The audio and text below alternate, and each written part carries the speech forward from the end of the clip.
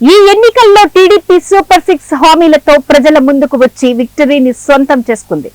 ఎవరూ ఊహించని విధంగా టీడీపీ ఒంటరిగా 134 స్థానాలను కైవసం చేసుకుంది.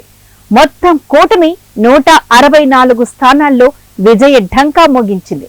వీటిలో జనసేన పోటీ చేసిన 21 అసెంబ్లీ స్థానాల్లో విజయం సాధించి సరికొత్త చరిత్రని సృష్టించింది.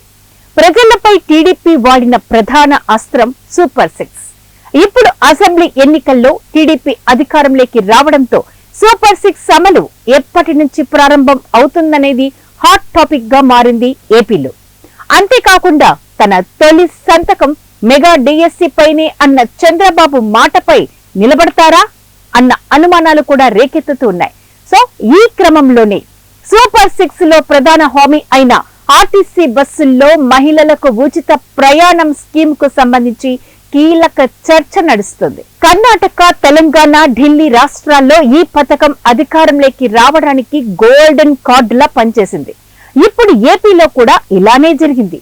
అయితే తెలంగాణలో కాంగ్రెస్ పార్టీ అధికార పగ్గాలు చేపట్టిన తర్వాత మొట్టమొదటగా అమలు చేసిన పథకం కూడా ఇదే.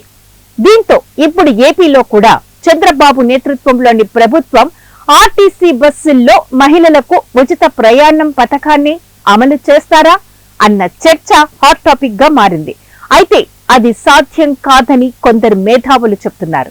తెలంగాణతో పోల్చుకుంటే ఏపీలో ఆర్టీసీ బస్సులు తక్కువగా ఉన్నాయని, ఈ పథకాన్ని అమలు చేయాలంటే ముందుగా ఆర్టీసీ బస్సుల సంఖ్యను పెంచాలని విశ్లేషకులు చెప్తున్నారు. అంతేకాకుండా ఈ హామీ విషయంలో తెలంగాణతో పోలిస్తే కొన్ని పరిమితులు కూడా ఉండొచ్చని నిపుణులు అభిప్రాయపడుతున్నారు.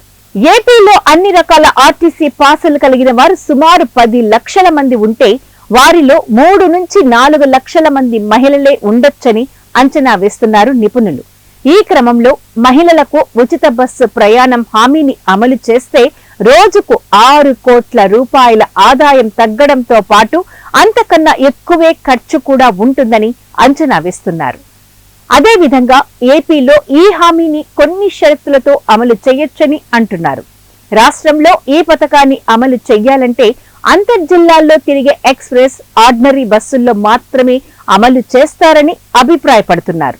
అయితే ఈ హామీ అమలుకు సంబంధించి ఇప్పటి వరకు ఎటువంటి అధికారిక ప్రకటన రాలేదు.